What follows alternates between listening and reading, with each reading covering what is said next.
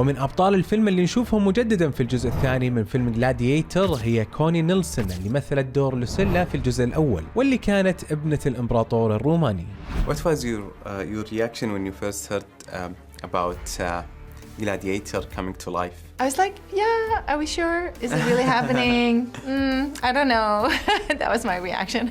ونفس ردة الفعل كانت عند أبطال الفيلم اللي انضموا لهذا الجزء، ومن بينهم فريد هيكينجر بدور الإمبراطور كاركلا، وبول مسكال اللي يمثل دور لوشيوس بالفيلم. I was blown away, as a fan of the first one that they were making. I felt kind of like I was involved in, even before I'd been cast, I felt privileged by the knowledge of the blueprint of what even if I was never going to be cast in it, I felt like I was involved in some sort of historical part of what filmmaking is. It's so interesting that that joy very quickly is followed by tension, because you get that celebration, but then you know that it very quickly, I don't know if you feel this, it becomes your job then. What was your reaction when you first heard about Gladiator coming to life? Sheer amazement. I was driving a car and my phone was hooked up to the car, so the call came in from my agent. When I picked it up, I realized I just had to park the car, go to the side of the road and just sit there and process and talk, because I couldn't believe it. And that was real.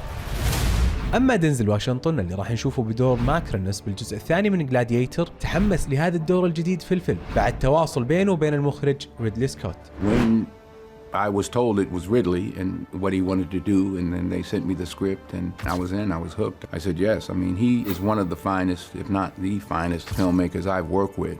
Whose head could I give you to satisfy your fury? ريدلي سكوت من أهم المخرجين في هوليوود، وبرصيده أكثر من 140 عمل ناجح، ويعتبر محبوب جدا بين الممثلين. Having worked with Ridley Scott again after all at this time, what would you say has changed in his directorial style or maybe stayed the same? You know, he's exactly the same guy. He's really funny and he's kind of really, he loves actors coming up with ideas and bringing their best game to the set. On the other hand, now he has such great technology that things move so fast. Oh, real.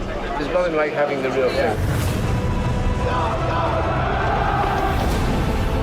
You've worked with incredible directors for over years. How was the experience working with Ridley Scott? It's great. He's a master at his craft, and I trust him completely, and thankfully, hopefully he trusts me as well, and I'd go wherever he asked me to go. وهذا رأي فريد وبول، خاصة إنه الحوار بينهم وبين ريدلي ما اقتصر فقط على العمل. How was the first meeting with Ridley? It was great. He's great. Yeah, and also such a funny person. He has such a great sense of humor. Yeah. I think his love of movies just emanates off of him. You feel all of his excitement, all of his energy. He's one of the most energetic people I've ever met. And so immediately we're talking these ideas, throwing it out. The influences for these characters are not exactly everything that you'd expect. I remember talking to Ridley very early on about Sid Vicious and Johnny Rotten. We even talked about Beavis and Butthead.